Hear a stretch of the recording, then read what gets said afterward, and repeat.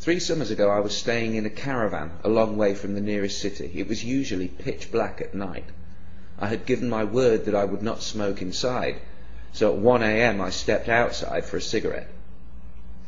After a few minutes of standing in the darkness, I realized that I could see my hand quite clearly, something I'd noticed that I could not do on previous nights. So I looked up, expecting to see the glow of the full moon. But the moon was nowhere in sight. Instead, there was a long glowing cloud directly overhead. The Romans called it the Via Galactica, the Road of Milk. Today we call it the Milky Way. For those who missed the lesson at school that day, the basic facts are these. Remembering that 1 light year is equivalent to 6 trillion miles, our galaxy has a total diameter of somewhere around 100,000 light years.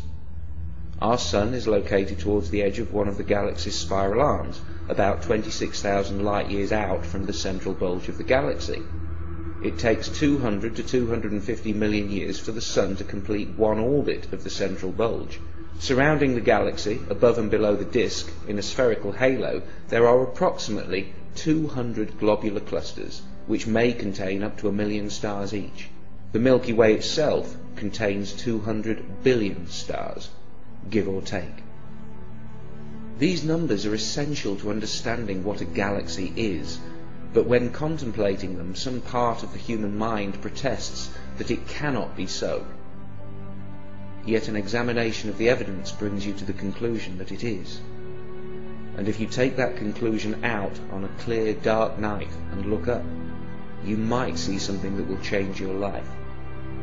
This is what a galaxy looks like from the inside, from the suburbs of our Sun. Through binoculars, for every star you can see with your naked eye, you can see 100 around it, all suspended in a grey-blue mist. But through a modest telescope, if you wait for your eyes to adjust to the dark and get the focus just right, you will see that mist for what it really is. More stars, like dust, fading into what tastes like infinity. But you've got to have the knowledge. Seeing is only half of it. That night 3 years ago, I knew a small part of what's out there. The kinds of things, the scale of things, the age of things, the violence and destruction, appalling energy, hopeless gravity, and the despair of distance. But I feel safe, because I know my world is protected by the very distance that others fear. It's like the universe screams in your face. Do you know what I am, how grand I am, how old I am? Can you even comprehend what I am? What are you compared to me? And when you know enough science, you can just smile up at the universe and reply, dude, I am you. When I looked at the galaxy that night, I knew the faintest twinkle of starlight was a real connection between my comprehending eye along a narrow beam of light to the surface of another sun. The photons my eyes detect, the light I see, the energy with which my nerves interact, came from that star. I thought I could never touch it, yet something from it crosses the void and touches me. I might never have known. My eyes saw only a tiny point of light, but my mind saw so much more. I see the invisible bursts of gamma radiation from giant stars converted into pure energy by their own mass, the flashes that flashed from the far side of the universe long before Earth had even formed. I can see the invisible microwave glow of the background radiation left over from the Big Bang.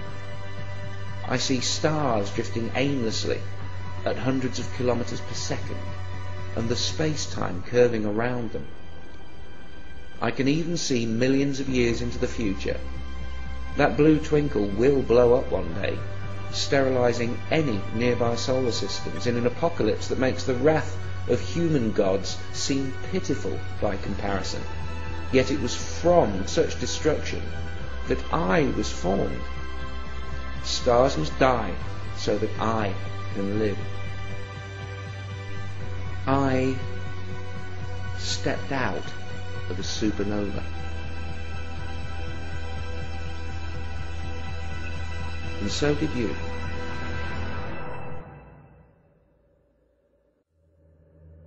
In light of this unarguable fact, this hard-earned knowledge, this partial but informative truth, what place then in the 21st century and beyond for the magical claims of organised religion? The first religions were primitive by any definition. For reasons of limited population, communication and plain old geography, they never grew to be anything other than a local concern. But religions mutate in time and grow in sophistication as each generation of holy men learn what works and what doesn't, what makes people obedient and what causes rebellion, what ideas people can easily escape and which will haunt them until they have to pray just to stop the nagging fear. When populations grew, due to the slow but steady growth of knowledge, as if confronted by a bumper harvest, the religions went into an arms race with each other, from gods of wind and thunder and sea. The threats, incentives and claims of power escalate until every dominant organised religion has a god that is all-powerful, all-loving, all-seeing, and words like infinity and eternity are deployed cheaply, while all other words are open to abuse until they mean exactly what the religions want them to mean. That night under the Milky Way, I, who experienced it, cannot call the experience a religious experience, for I know it was not religious in any way. I was thinking about facts and physics, trying to visualize what is, not what I would like there to be. There's no word for such experiences that come through scientific and not mystical revelation. The reason for that is that every time someone has such a mindgasm, religion steals it, simply by saying, you had a religious experience. And spiritualists will pull the same shit. And both camps get angry when an atheist like me tells you that I only ever had these experiences after rejecting everything supernatural. But I do admit that after such experiences, the moments when reality hits me like a winning lottery ticket, I often think about religion and how lucky I am that I am not religious. You want to learn something about God? Okay. This is one galaxy. If God exists, God made this. Look at it, face it, accept it, adjust to it, because this is the truth, and it's probably not going to change very much. This is how God works. God would probably want you to look at it, to learn about it, to try to understand it. But if you can't look, if you won't even try to understand, what does that say about your religion?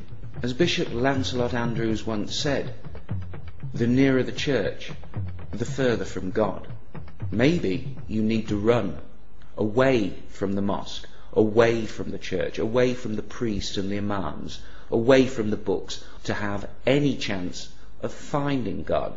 Squeeze a fraction of a galaxy into your mind, and then you'll have a better idea of what you're looking for. To even partially comprehend the scale of a single galaxy is to almost disappear. And when you remember all the other galaxies, you shrink 100 billion times smaller still.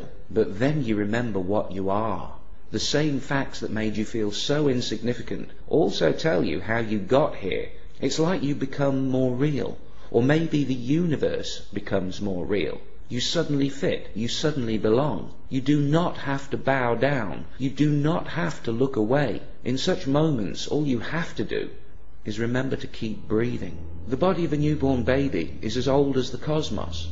The form is new and unique, but the materials are 13.7 billion years old, processed by nuclear fusion in stars, fashioned by electromagnetism. Cold words for amazing processes. And that baby was you, is you. You're amazing, not only alive, but with a mind. What fool would exchange this for every winning lottery ticket ever drawn? When I compare what scientific knowledge has done for me and what religion tried to do to me, I sometimes literally shiver.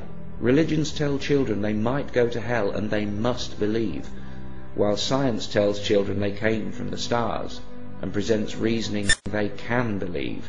I've told plenty of young kids about stars and atoms and galaxies and the Big Bang, and I have never seen fear in their eyes, only amazement and curiosity. They want more. Why do kids swim in it? and adults drown in it? What happens to reality between our youngest years and adulthood? Could it be that someone promised us something so beautiful that our universe seems dull, empty, even frightening by comparison? It might still be made by a creator of some kind, but religion has made it look ugly. Religion paints everything not of itself as unholy and sinful, while it beautifies and dignifies its errors, lies and bigotry, like a pig wearing the finest robes. In its efforts to stop us facing reality, religion has become the reality we cannot face. Look at what religion has made us do to ourselves and to each other. Religion stole our love and our loyalty and gave it to a book, to a telepathic father that tells his children that love means kneeling before him. Now, I'm not a parent, but I say that those kids are going to turn out messed up. It cannot be healthy for a child or a species. We were told long ago, and for a long time, that there was only the earth, that we were the centre of everything. That turned out to be wrong. We still haven't fully adjusted. We're still in shock. The universe is not what we expected it to be. It's not what they told us it would be. This cosmic understanding is all new to us, but there's nothing to fear. We're still special. We're still blessed. And there might yet be a heaven. But it isn't going to be perfect, and we're going to have to build it ourselves.